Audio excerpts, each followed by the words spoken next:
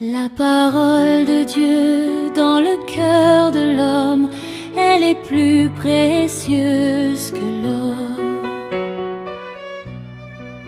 Bonjour chers frères et sœurs en Christ, que Dieu bénisse en cette merveilleuse matinée au nom de Jésus-Christ de Nazareth. Nous continuons notre étude, notre enseignement sur la persécution dans le milieu familial, dans le milieu conjugal. Dans le livre de Matthieu 10, verset 36, Jésus-Christ, notre Seigneur, nous dit: l'homme aura pour ennemi les gens de sa propre maison. Donc les gens que vous nourrissez, les gens que nous nourrissons, que nous payons des études et tout. Jésus a dit: il vous aurez pour ennemi les gens de votre propre maison. Ça ne doit pas vous amener à abandonner vos responsabilités envers eux parce qu'ils vous persécutent.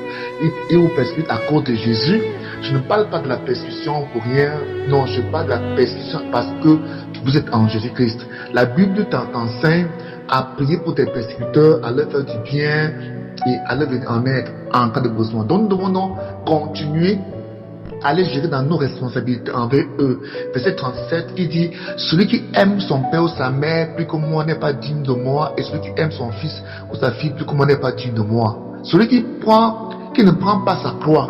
La croix là, c'est quoi?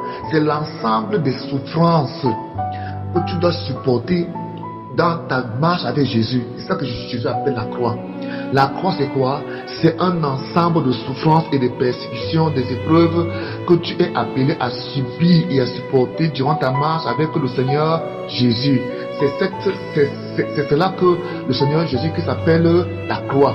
C'est pourquoi il dit: celui qui ne prend pas sa croix et ne me suit n'est pas digne de moi. Beaucoup de gens fuient les persécutions et les épreuves et ils pensent en changeant de berger que ça va un peu baisser.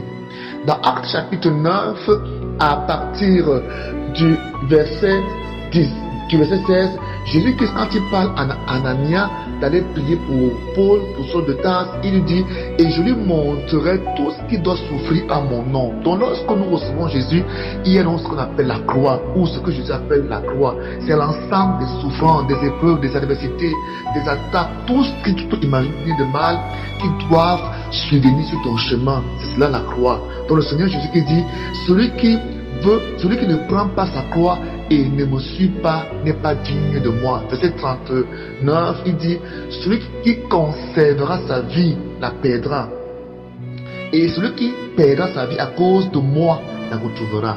Donc voilà pourquoi nous devons être des disciples accomplis. Donc des disciples qui évoluent avec le Seigneur Jésus-Christ comme ayant tous leurs intérêts dans le ciel, comme ayant tous leurs intérêts en Jésus-Christ.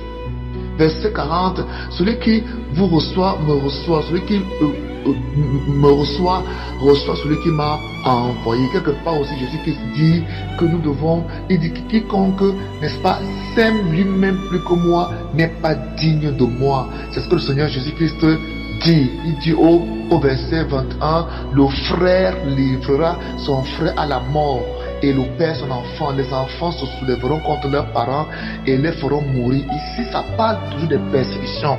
Nous devons être prêts par rapport aux persécutions familiales et conjugales, parce qu'elles sont les plus désastreuses aujourd'hui dans le milieu évangélique, dans le milieu chrétien. Nous ne devons donc pas être surpris. Il y a cette femme qui, n'est-ce pas, son mari va lui faire vivre cette misère sexuelle pendant des années parce qu'elle a reçu Jésus. Il y a cet homme-là dont la femme va sortir, va commettre des choses piteuses parce que son mari a accepté Jésus. Tout ça, c'est la persécution. Il y a, n'est-ce pas, certaines personnes, certaines femmes dont le salaire a été bloqué, n'est-ce pas, bloqué par le mari parce qu'elle est dans la foi.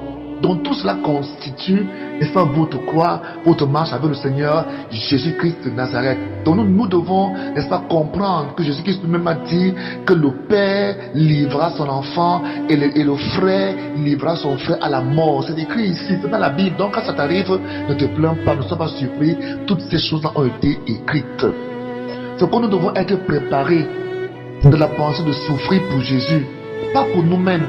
Pas à cause des fautes que nous avons commises. Là-bas, ce n'est pas la persécution à cause de Jésus. Ça veut dire que là-bas, tu as commis des fautes et tu es à raison accusé et condamné. Il ne s'agit pas de ça. Il s'agit de ceux-là qui sont appelés à souffrir pour le Seigneur Jésus-Christ, pour leur foi. Alors que ce matin, Dieu vous donne de la force. Dieu vous donne de la grâce de comprendre. Parce que la Bible déclare que sur un lit, deux personnes seront couchées, un sera enlevé, l'autre sera laissé. Il s'agit du foyer conjugal. Donc vous pouvez être couché sur le même lit, mais un est de l'autre côté, l'autre est d'un autre côté. Donc que Dieu vous bénisse en cette merveilleuse journée, au nom de Jésus-Christ. Amen.